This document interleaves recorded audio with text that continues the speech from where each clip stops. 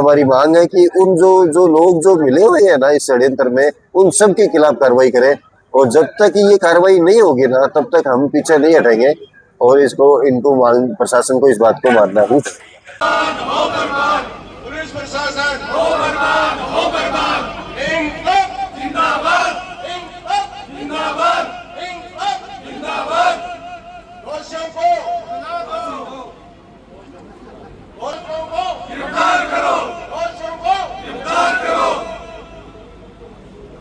वकील एकता जिंदाबाद, वकील एकता जिंदाबाद। जो हमसे टकराएगा मिट्टी में मिल जाएगा, जो हमसे टकराएगा मिट्टी में मिल जाएगा। पुलिस प्रशासन मुर्दाबाद, पुलिस प्रशासन मुर्दाबाद, पुलिस प्रशासन मुर्दाबाद, पुलिस प्रशासन मुर्दाबाद।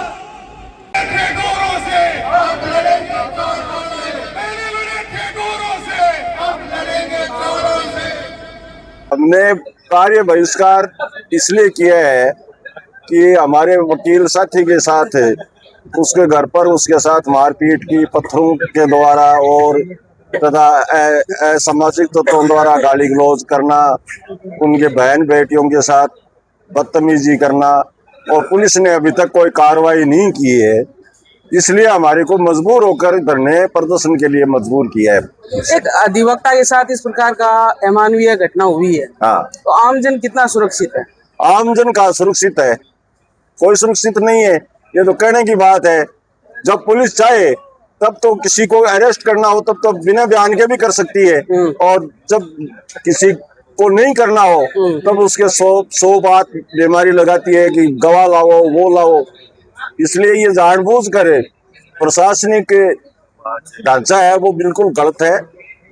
इसलिए हमें मजबूर होकर आज धरने पर बैठना पड़ रहा है, और हमारी मांग है वो पूरी करवाएंगे। जब तक गिरफ्तारी नहीं होगी तब तक ये धरना प्रदर्शन जारी रहेगा। ये तो घटना के बारे में तो आपको पता है कि ये किस तरह से एक अधिवक्ता के घर पे उनके परिवार के सदस्यों के साथ पे जानलेवा हमला हुआ था। लेकिन उस बात को पिछले 8-10 रोज से भी ज़्यादा हो गए, लेकिन पुलिस प्रशासन की ओर से अभी तक किसी तरीके की ना तो कोई गिरफ्तारी की गई है, न कोई जरूरी कार्रवाई की गई है। इस मामले में हो ये रहा है कि जो वास्तविक दोषी है ना इस घटना के मुख्य जो षड्यंत्र करता है, उनको पुलिस जो है वो बचाने का प्रयास कर रही है। और जो लेबर जो उन षड्यंत्रकर्ताओं की तरफ से अपॉइंट की गई थी ना, उनको अरेस्ट करके फॉर्मेलिटी पूरी करके इस काम को ऐसे ही निपटाना चाह रही है। तो हम समझते हैं, कानून की भाषा को समझते हैं, उनकी होशियारी को समझते हैं। हम उनकी बातों में बिल्कुल भी नहीं आएंगे। देखने वाली बात यह है कि ये जो धरना हमें देना पड़ रहा है तो वो हमारी मन की विपरीत चीज है। हम भी नहीं चाहते कि हमें धरने पे बैठना पड़े, लोगों के काम रुके, लेकिन अधिवक्ता के पास इसके अलावा कोई दूसरा ऑप्शन है नहीं, और प्रशासन से अधिवक्ता को ही लड़ने के लिए मजबूर होना पड़ा है।